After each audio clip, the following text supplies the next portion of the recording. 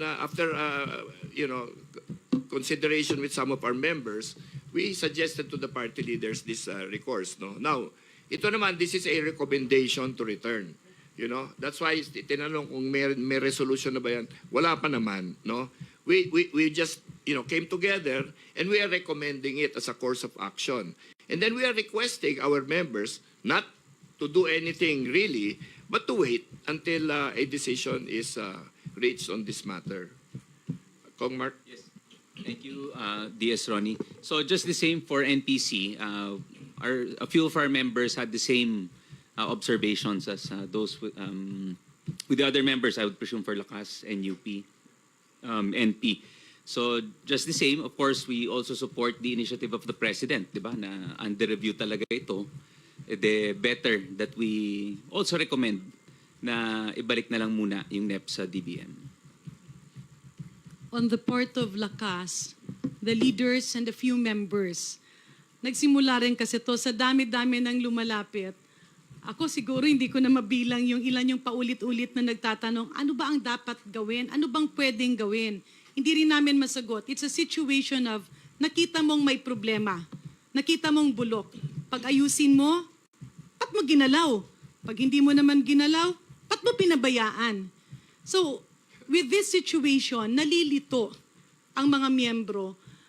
And that is why the decision of majority of the members of Partido Lakas was to talk to other party leaders and request the Speaker to return the budget to the Department of Budget and Management so that we can have a clear signal and a clean slate. Doon ka magsisimula sa alam mo kung nasaan ang babaguhin at sila mismo, alam na nilang may problema baguhin na nila.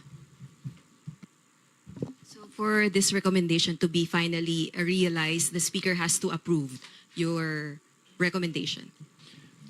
Well, if he grants our recommendation and request, then we will discuss the formal method of undertaking this. Pero we hope that we will get an indication, some guidance as soon as possible. Kasi siyempre, time is of the essence, and like most of our members, we do, and like you, we do not want to lose the break, no? But we will if we have to sacrifice that. Wag naman sana nilang masamain itong pagbalik.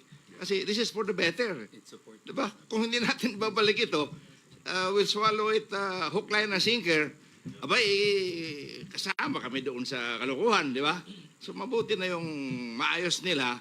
Pagdating dito, wala na. At saka willing kami mag-work overtime. If necessary, the whole October.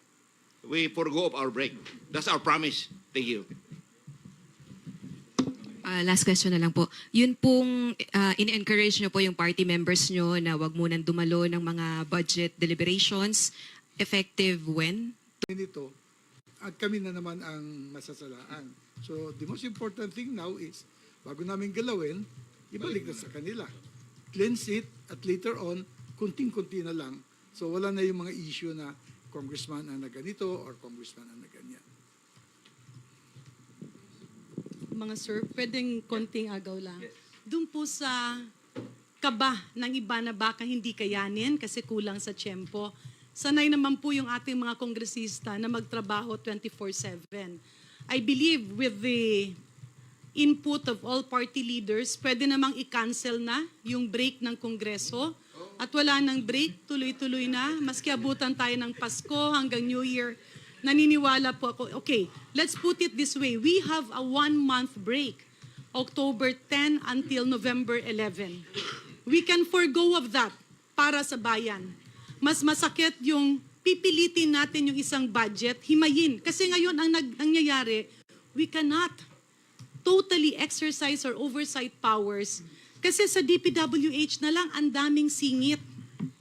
At yung singit na ito, walang umaamin kanino nang galing. Coded pa. Malalaman mo lang dun sa mga amount na pare-pareho. Hindi alam ng kongresista, hindi alam ng mayor, hindi alam ng gobernador. Sabi ng DBM, hindi rin daw nila alam. Baka mamaya, pinasok na ang computer ng multo. Kaya hindi ito nakikita.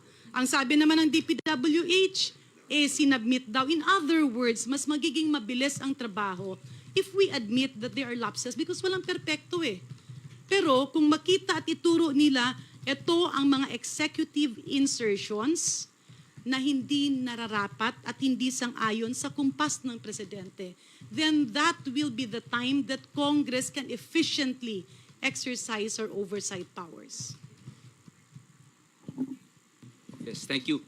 Also to add to that, I think we've done this before, as mentioned by Kong Janet, Deputy Speaker Janet. So I think in the two Congresses ago, talaga nag-marathon kami dito. So it's doable. Walang uwian, magdamag. So I think we're prepared for that. So handa naman kami doon. Sir, actually, tatanungin ko dapat yun na para bang sort of deja vu nung nangyari nung Na ibalik sa DBM and for DBM to give us a cleansed budget or pwede namang lumabas sila at aminin at ituro nila kung nasan yung mga ito para mabigyan kami ng tamang direktiba na sundin ang tugon ng Pangulo. Ma'am, kailangan pa ba ng resolution for this? Or okay, yung call po na to is, ito na po yun? Or will you be filing a resolution po? Hindi pa, we decided today, we are just raising it with the Speaker as a recommendation. I don't think, we have thought about the procedure dyan, kasi that's formalization lang of whatever we already decided. So, if it needs a resolution, yes. If not, well, hopefully not, no? But let's see. Last na lang po from my end. Kung sakali lang na ma-push through nga at naibalik po natin itong budget po sa DBM and naibalik na po nila sa atin, para i-deliberate, paano po yung magiging siste? If ever, yun po bang mga dumaan na, like for example, yung mga nakalipas po na budget like COMELEC, yung mga natapos na at inaprubahan na po ng Appropriations Committee, papalusutin na po ba rin yun or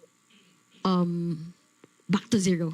Paano po ba? Wala pa naman yata nakakatapos ng kanilang second reading eh. No? So until it is actually brought to the third reading sa plenary, hindi pa tapos yan. No? Briefing pa lang eh.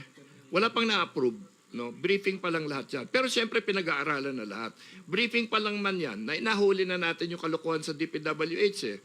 Di ba? So in the other agencies, ganun din. But sana naman, gawin ng DBM yung trabaho nila, no, na bigay nila sa amin yung budget na mukhang pinag-isipan na, hindi yung pinasa lang. Thank you, Marian. We'll now call on Billy Vegas from Politico Abante.